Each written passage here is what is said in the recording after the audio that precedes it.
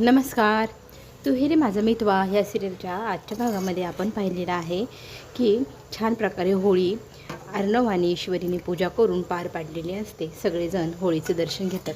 त्याच्यानंतर घरात गेल्यानंतर आजी इथे अंजलीला सांगू लागते कोलाष्टक योग आहे, तर त्या योगामध्ये लहान मुलांनी आणि गर्भवती स्त्रियांनी एकटं राहू नये. तर आमची अशी इच्छा आहे, त्या योगामुळे तू 2 दिवस तरी माझ्याकडे राहावं. तर अंजली विचार करते. तर ती नकार द्यायला प्रयत्न करत असतानाच आजी तिला म्हणू लागते की हे बघ, नकार देऊ नको, तुझी आई असते आणि तू तिला नकार दिला असतास का? तर परिस्थिती पाहता मला इथे राहावंसं वाटत नाही आहे असंही ती बोलते. पण आजीचा हट्ट असतो, असा योग आहे, तुला आणि तुझ्या बाळाला काही होऊ नये असंच मला वाटतं. तुमच्या दोघांच्या काळजीपोटी सांगते, प्लीज तू आजच्या दिवस तरी इथे राहा. आज आणि उद्या राहिलीस की तू मग जा तुझ्या घरी. मग अंजली होकार देते. अंजली पुढे काहीच पर्याय उरत नाही, कारण आईचं नाव घेतल्यामुळे इमोशनल झालेली असते. इथे अर्णव ना बोलत असतो शिर्केंसोबत की काही माहिती मिळाली का, तो व्यक्ती धुमाळ मिळाला की नाही, लवकरात लवकर त्याला शोधा. त्याला शोधलं नाहीत तर पुढचं काहीच आपल्याला सापडणार नाही. तो मिळाला की सगळे धागेदोरे आपल्या हातात येतील. हे बोलणं आता वल्लवीच्या कानावर पडलेलं आहे. वल्लवीला टेन्शन आलेलं असतं आणि त्या टेन्शनमध्ये वल्लवी एकदम उभी असते. आता काय करावं तिचं डोकं चालले ना. जर धुमाळ सापडला तर आपलंही पोल सगळ्यांसमोर खुलून जाईल हे तिला वाटू लागतं. तितक्यात अर्णव तिच्याकडे पाहतो आणि विचारतो, मामी तू इतका विचार कसला करते, काय झालं आहे का? तर ती म्हणते नाही कुठे काही नाही झालं. तर ती म्हणते मी तुम्हालाच बोलवलं आले होते जेवायला, चला सगळेजण जेवायला असं म्हणत मग सगळे जेवणाच्या टेबलवर येऊन बसलेले असतात. जेवणाच्या टेबलवर आल्यावरती इथे आजी म्हणू लागते की पुरणाच्या खूप छान पोळ्या झालेल्या आहे. अंजली तुझ्यासाठीच हा एवढा सुंदर बेत आखला आहे, तर तू ना पुरणपोळी घे, त्याच्यावरती तूप जरा जास्तच घाल, दे का ईश्वरी तिला वाढून. असं म्हटल्यानंतर ईश्वरीकडे पाहते अंजली आणि लगेच म्हणते काही गरज नाही आजी, मी माझ्या हाताने घेऊ शकते. तर इथे ईश्वरी त्यांना म्हणू लागते की मी वाढते ना. तर अंजली घ्यायला तयार नसते. अंजली स्वतःच्या हातानेच मग वाढून घेऊ लागते. इथे राकेश म्हणू लागतो की तुमच्या सगळ्यांची खूप आठवण येते, सगळे सण तुमच्यासोबत साजरे करायची सवय आहे ना, म्हणूनच मी हट्ट करून इथे अंजलीला घेऊन आलो. आणि खरंच पुरणपोळ्या खूप सुंदर झाल्या आहे असं कौतुकही करू लागतं. तर अंजली तू इथे आजचे दिवस अजून राहा असं आजी ज्या वेळेला म्हणते ना, त्यावेळेला अंजली लगेचच नकार देते. राकेश पण विचारू लागतो असं का करतेस, मग अशी तर हो म्हणालीस ना, राहूया ना आपण आजच्या दिवस. तर इथे रागाने अंजली ईश्वरीकडे पाहते आणि राहण्यासाठी नकार देऊ लागते.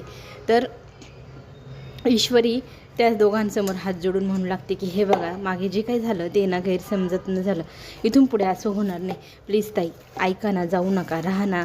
असं म्हणत ती हात जोडून तिची माफीही मागते आणि तिला रिक्वेस्ट पण करते. पण आता अंजली इथे हट्टाला पेटलेली दिसेल आपल्याला, ती इथे राहायला नकार देते. तर आजी म्हणू लागते थोड्या वेळापूर्वी तर तू राहायला हो म्हणाली होतीस, आता का नकार देत आहेस गं?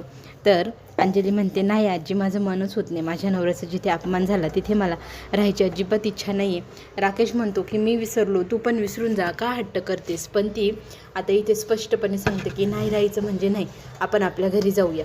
ईश्वरी 2-3 वेळा तिला हात जोडून माफी मागून तिची विनंती करते की प्लीज राहा ताई, पण ताई काही केल्या राहायला तयारच नाही आहे. तिने स्पष्ट नकार दिल्यानंतर आता कोणीही काहीही बोलू शकलेलं नसतं आणि सगळ्यांनी तिचा जो काही निर्णय आहे तो मान्य केलेला असतो.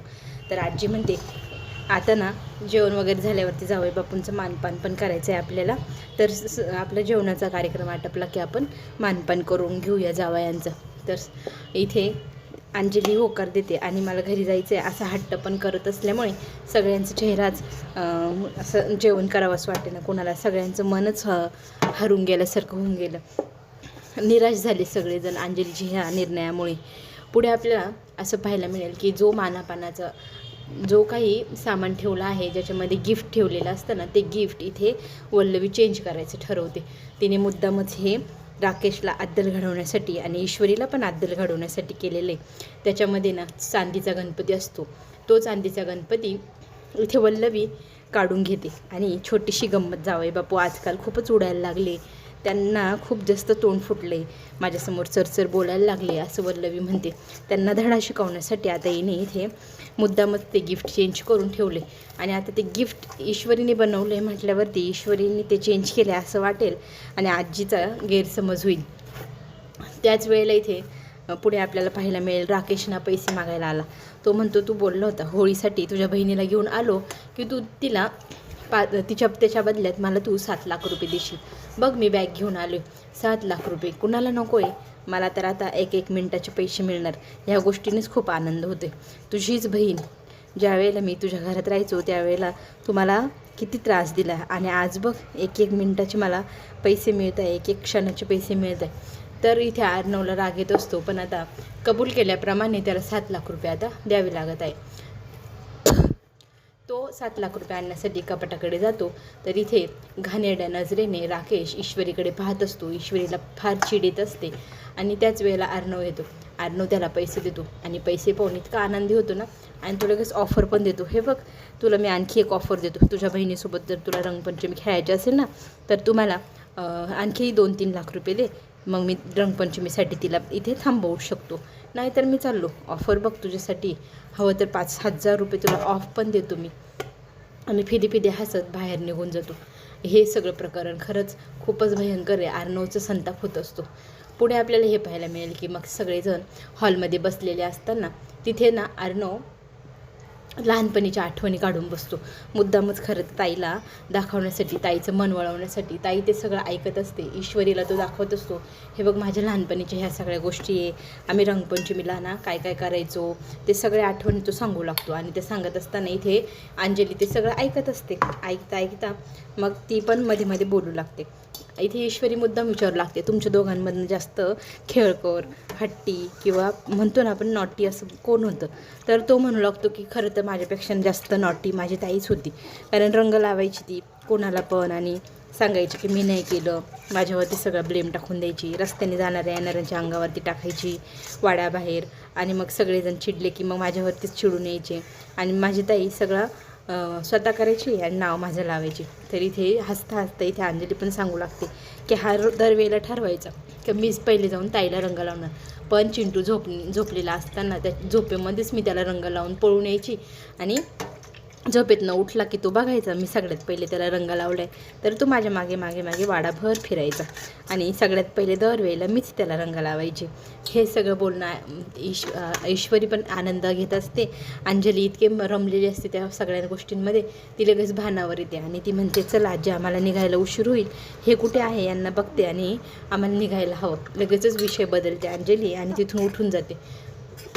तर इथे मानपान करायचं जावे बापूंचा. त्यांचं मानपान झालं की मग जा आजी म्हणते. मग मानापानासाठी राकेशला बोलवून आणते आणि इथे मग ईश्वरीच्या हातानेच मानपान दे म्हणून आजी हट्ट करते. मग ईश्वरी स्वतःच्या हाताने मानाची कपडे आणि भेटवस्तू देते. ती भेटवस्तू काय आहे तर आजीचं म्हणणं असतं चांदीचा गणपती तुम्ही खोलून बघा.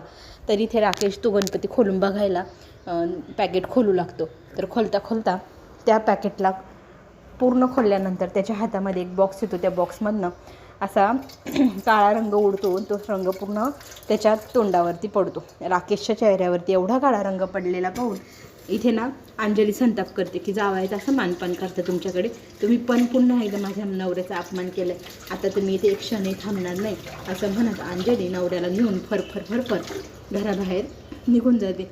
आता आजीला पण प्रश्न पडला, हे सगळे गिफ्ट ईश्वरीकडे होते, मग ईश्वरी यांना सगळ्यांना असं कसं काय बदल झाला, ह्या बॉक्समधले गणपती गेले कुठे. आता राकेश पण इतका संतापलेला आहे. तो म्हणतो आता तुझ्या बहिणीला तुझ्यासोबत मी रंगच खेळू देणार नाही, तुम्ही दोघं नवरा बायकोंनी मुद्दाम माझ्या चेहऱ्यावर काळा रंग लावला ना. तर इथे अर्णव म्हणतो की तुझ्या डोळ्यात देखत माझ्या बहिणीसोबत मी रंगही खेळेल आणि तुझ्या नाकावर टिचून तिच्या हातून मला रंगही लावून घेईल, तू पाहतच राहा. आणि आता पुढे जे काय होईल ते पाहायला आपल्या सगळ्यांनाच आवडणार. चला तर मग आपण पुन्हा भेटूया. चॅनलला लाईक करा, सबस्क्राईब करायला विसरू नका. धन्यवाद.